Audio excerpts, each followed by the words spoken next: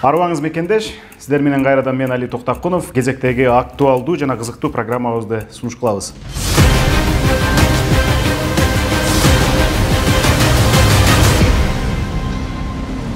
Кыргызстандын эң негизги документи, мамлекет катары көрсөтүп турган паспорту бул Конституция. Аны ар бир президент өзүнө ыңгайлуу жана жагымдуу кылып өзгөртө бергени бизде адатка айланып бүттү. Жаңы президент Садыр Жапаров дагы андан аттап өтпөдү. Эми 11 апрелде жергиликтүү кеңештерге шайлоо менен кошо Конституция дагы өзгөргөнү жатат. Албетте, бийлик каалагандай кабыл алынышы мүмкүн. Анткени буга чейинки референдумдардын биринин дагы жыйынтыгы бийлик каалагандан башкача болгон эмес эле. Бирок биз бүгүн айтып берчү кеп Конституциянын маңызында эмес, анын кантип жана кандай жолдор менен өзгөртүлүп жатканында. 2016 жылдын аягында мөөнөтү бүтүп бараткан президент Алмазбек Атамбаев президенттин ыйгарым укуктарын азайтып, парламент менен өкмөттүкүн кеңейтүүнү көздөгөнү эсибизде. Муну биз Алмазбек Атамбаевдин Конституциясы деп коелу. Ал эми 2020 жылы бийликке келери менен Садыр Жапаров бекем президенттик башкарууну жактады. Муну биз Садыр Жапаровдун Конституциясы деп атасак.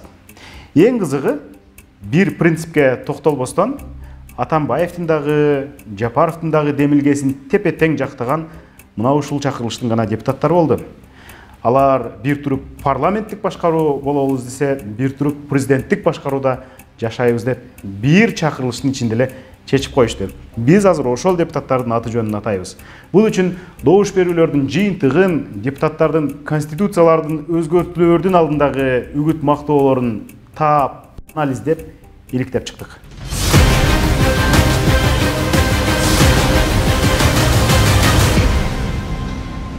2016 жылдын 2 ноябрында Жогорку кеңеш референдумга макул болот. Болгондо дагы парламенттин жана өкмөттүн ыйгарым укуктарын күчөтүүгө жол ачкан өзгөртүү үчүн 89 депутат добуш берет.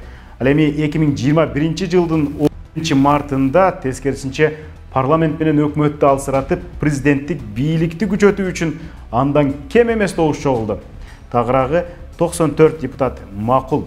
Албетте, 4 жылдан ашык убакытта бир топ жаңы парламентарий келди, жаңы пикирлер кошулду. Бирок мурдатан бери мандатты ээлеп тургандар аз убакытта таптакыр 2 башка башкарууну тандап ийгенин кантип түшүнөбүз. Мына алардын тизмеси. Салайдин Айдаров, Мухтарбек Айнакулов, Нурбек Алимбеков, Айнуру Алтыбаева, Айбек Алтынбеков, Марат Аманкулов, Азамат Арапбаев, Анвар Артыков, Данияр Аттокуров, Экмат Байпакбаев, Калдарбек Баймуратов, Жаныбек Бакчиев, Кенжебек Бокоев, Акылбек Жапаров, Адыл Жунусуулу, Төрөбай Зулпукаров, Динара Исаева, Нодирбек Каримов, Тынчтыкбек Конушбаев, Аптандил Кулбараков, Умбеталы Кыдралиев, Махават Мавлянова, Илхам Маннанов, Искендер Матраимов, Гүлхан Молдобекова, Иса Өмүркулов, Карамат Орозова, Исхак Пирматов, Улан Примов, Бактыбек Раимкулов, Альфия Самигулина, Алтынбек Сулайманов, Тавылды Тиллаев, Алмазбек Токторов, Азиз Турсунбаев, Жыргалбек Турускулов, Абдумажит Юсуров жана албетте учурдагы спикер Талант Мамытов. Айтмакчы, Алиарбек Абжалиев менен Кубанычбек Жумалиев дагы 2016 жылы парламенттик башкарууну шарттаган өзгөртүүлөрдү жакташкан. Алар бул реттагы Конституцияны алмаштыралы деген демилгечилердин катарында. Экөөнө тең кылмыш иши козголуп, Жумалиев камакта, Абжалиев чет өлкөгө чыгып кеткен бойдон дайынсыз. Ошон үчүн бул рет добуш бере албай калышты, бирок алардын пикирлери бизге белгилүү. Атамбаевдин парламенттик башкаруусунан дагы, Жапаровдун президенттик башкаруусунан дагы заасын аябаган илберинки депутаттар мына ушулар 40тан ашык. Түгүл айрымдары кнопка басып коюу менен эле чектелбестен ушул Конституциядан өтөрү жок деп убагында үгүт дагы жүргүзүп жүрүшпөдүбү? Эми бири-бирибизди коркутпасак, биз дагы демилгечилер жана колдогон коллегалар биз да ойлоп атабыз. Biz жеке башыбызды ойлогон жокпуз. Biz dagы eldi oylап atабыз. Biz de mamlekеттин geleceğini oylap atabız. Şu baş mizam elge işlesin деп атабыз. Biz өстүн элге чыккынчы эмеспиз. Мына ушундай деген Иса Өмүркулов эми карма-каршы позицияда, бирок өзүн кошоматчы деп эсептебейт экен. Эми конституция эч убакта идеальный болгон эмес. Кайсы мамлекет болбосун. Мен эч убакта кошомат кылган эмесмин. Бул мыйзамды туура окуш керек. Учурунда Алмазбек Атамбаевдин ашынган көрмандардын бири Анвар Артыков деген депутатыбыз. Атамбаев катырысына bir топ сөздөр айтылып кетти президенттин.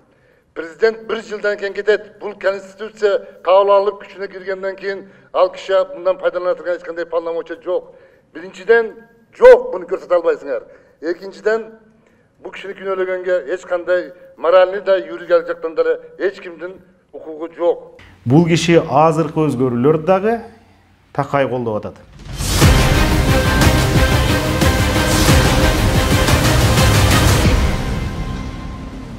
Ага байланыштуу конституцияны дагы өзгөрткөн туура деп ойлойм.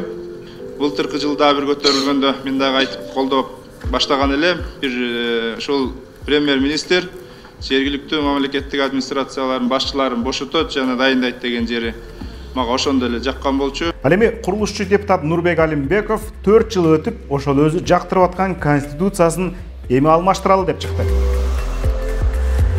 Кандай гана бийлик келбесин, тилин таап, колтугуна кирип кеткен Акылбек Жапаров 2016 жылдагы баш мыйзамды өзгөртүүгө макул деп добушун бергендерден. Арадан аз убакыт өтүп өтпөй, дал ошол эл өкүлү жаңы баш мыйзамды өзгөртүүгө демилгечи эле болуп саналбастан, конституцияны өзгөртүү долбооруна добуш берүүдө өзүнүн кесиптештери үчүн жан талашып, кнопка басып жүргөнүн мына ушул тасма далилдеп турат.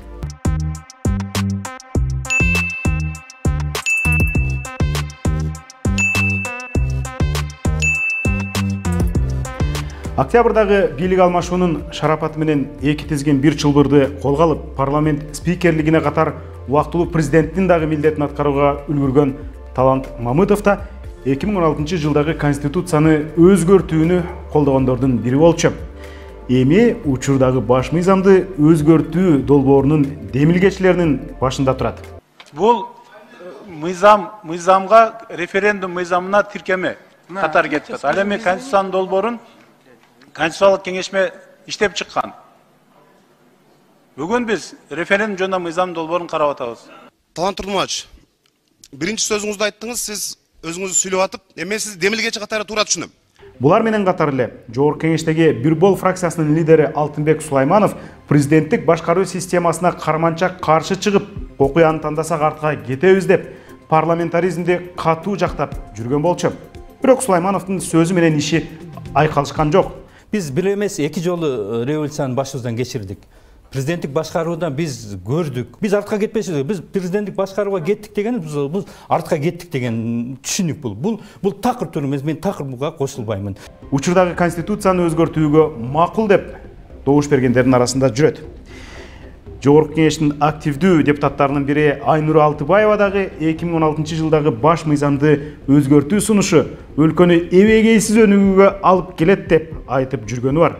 Ушул мен бул мыйзам долбоордун баягы конституцияга ушу топтун ичиндемин, депутаттардын топтунун ичинде. Биз ар бир ушул сунушубузга, ар бир ченемге обоснование берип, эми бүт биз айта турган нерсе бүт мыйзамдар, баш мыйзамыбыз бул азыр өзгөртүүлөрдөр болгон тажрыйбадан, болгон азыр коомдогу өзгөртүүлөрдүн негизинен биз ушул өзгөртүүлөрдү, сунуштарды берип жатабыз.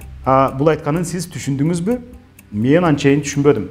Иши кылса Алтыбаева дагы Атамбаевдин конституциясын өзгөртүүгө активдүү киришкен эле, эми Жапаровдун конституциясын киргизүүнү жактайт. Мен мыйзам долбоорду колдойм. Умбетали Кыдыралиев деген депутатыбыз бар. Баш мыйзамга өзгөртүү киргизүүнү демилгелеп, кийин конституциялык кеңешменин курамында дагы иштеди бул жолу. Президенттик башкарууга жол ачкан баш мыйзам үчүн бардык сындарга көкүрөгүн тосуп аткан активисттердин бири. Антөлө келе АБВГ деле сайыл өргөн болбойт да, кичине шартты да караш керек азыр болуп аткан Кыргызстандачы. И такими словами, еще человек, новый президент, не начал работать, вы его уже узурпатором называете. Надо же немного этику иметь же. Бирок убагында ал дагы парламенттик башкаруу болсун деп Атамбаевдин демилгесине дем кошкон эле. Мына ушундай көрүнүштөрдөн улам коомчулукта парламент депутаттарынын басымдуусу күн карама деп сынга алынууда. Бул сөздөр албетте депутаттардын кулагына дагы жетип атат. Убагында референдумга биз каршы добуш бергенибизде 16-жылы күчтүү президенттик бийликте, ошондо каршы бергенибизде арабызда жок элеңер силер. Деген Токторов алдап атат. Документ 2016-жылы Токторов макул деп добуш бергенин көрсөтүүдө. Албетте, Садыр Жапаровдун демилгесин колдоп, Конституцияны өзгөртөлүү деп 80 депутат шымалынганы менен дээрлик баары ачыкка чыгуудан айбыгып турушат. Атүгүл айрымдары залга келип, добуш берүүдөн дагы жазган акцияга. Алар үчүн добуш берген башка депутаттарды журналисттер тартып алып, далай уят кылышты. Ошон үчүн алар туруп кнопка баскандан заарканып калышты. Бирок алар башка амалды ойлоп табышты. Мына карап көрсөңүз. Бул Урмат Самаев ордунан турбастан алдын карап отурган сый. Бирок колу башка компьютерде.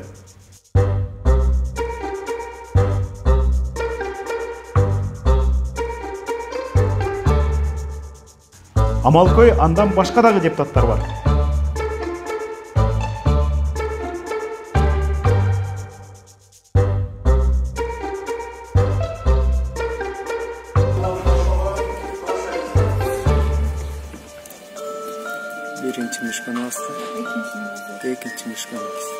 Ушундай жашырынмай уурдануулардын натыйжасында конституциялык өзгөртүүгө жол ачылып, референдум болгону турат.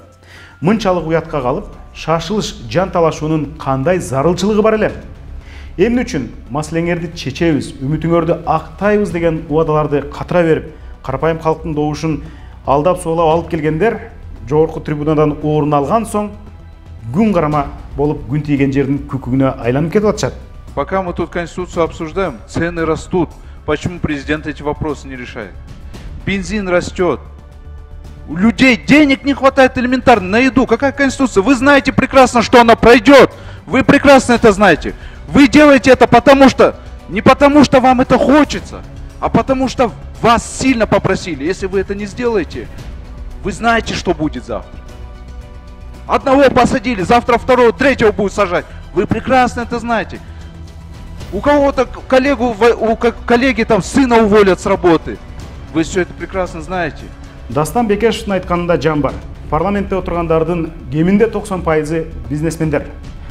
Жана ошондой эле андан кем эмес бөлүгү мурда мамлекеттик кызматтарда иштеп келгендер же тууган уругу, бала чакасы мамлекеттик кызматтарда иштешет, чиновниктер. Дал мына ушул көрүнүштүн өзү аларды күн тийген жердин күкүгүнө айландырып жаткан жокпу? Андай боло турган болсо, дал ушул жагынан кеп калаттырбыз кийинкиде.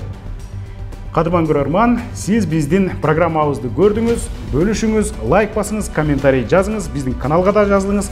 Чындыктын чордону мына ушул жер.